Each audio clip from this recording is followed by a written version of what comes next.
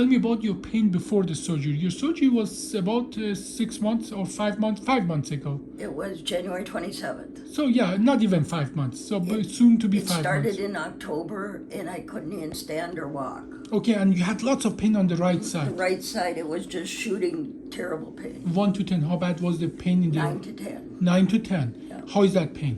There is none, no. Gone. Yeah. When did that pain on the right side go away? Right after your surgery. Right after the surgery. When I woke up.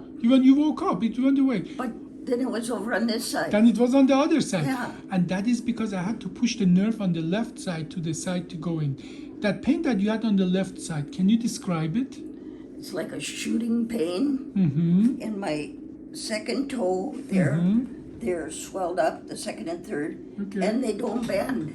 I can bend them. So it was sharp pain, but it is now mostly numbness. Just mostly numbness. But I get that sharp pain every once in a while, like when I go to sleep.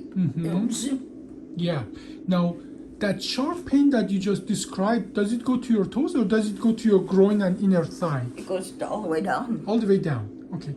Now, as well, I touched your back where your sacroiliac joint is, and you almost jumped.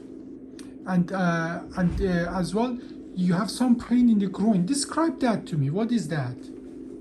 Well, it's just when I get that sharp zinger. But you have as well some pain, you told me, in the groin area? Where is it? Well, right here. Right there. You know, it's stiff. Yeah. It's not really a pain, but it's stiff. But this is a different pain you're telling me than the pain you had before the surgery. Yeah.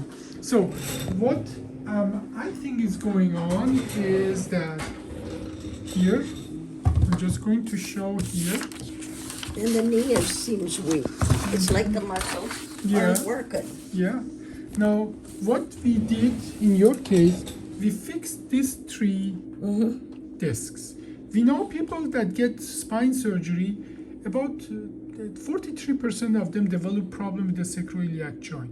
Okay. And you have pain in the groin and in the back, and that can as well irritate some of these nerves here. Okay. And this is what you have. Your bone is actually beautifully growing where we did the surgery.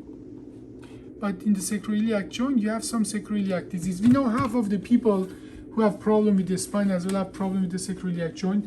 At this point, I think your nerve irritation that you had from the surgery is improving, but I think you have sacroiliac joint, and the way to deal with that is putting a needle in and putting steroid and numbing medication in. Literally, what happens then is that the steroid sometimes can fix it, but the numbing medication for sure numb up the joint. And if the joint is the problem, that at least for the duration where the numbing medication is working, meaning half a day, 2, actually pain get better for a short period of time. And that part is diagnostic. The part that is therapeutic of that injection is that we put steroid in. So we are going to, I'm recommending to do multiple of those injections, because you generally, for us to be sure, we have to do at least 3 injections to have the same results, make sure that that's really the problem. So, but what I understand now, that the right pain, leg pain is gone, the back pain is the one that you had before is gone, and you have a new pain that most likely is related to sacroiliac joint. You had the nerve irritation that going down to the foot, but that part is getting better now. Is that correct?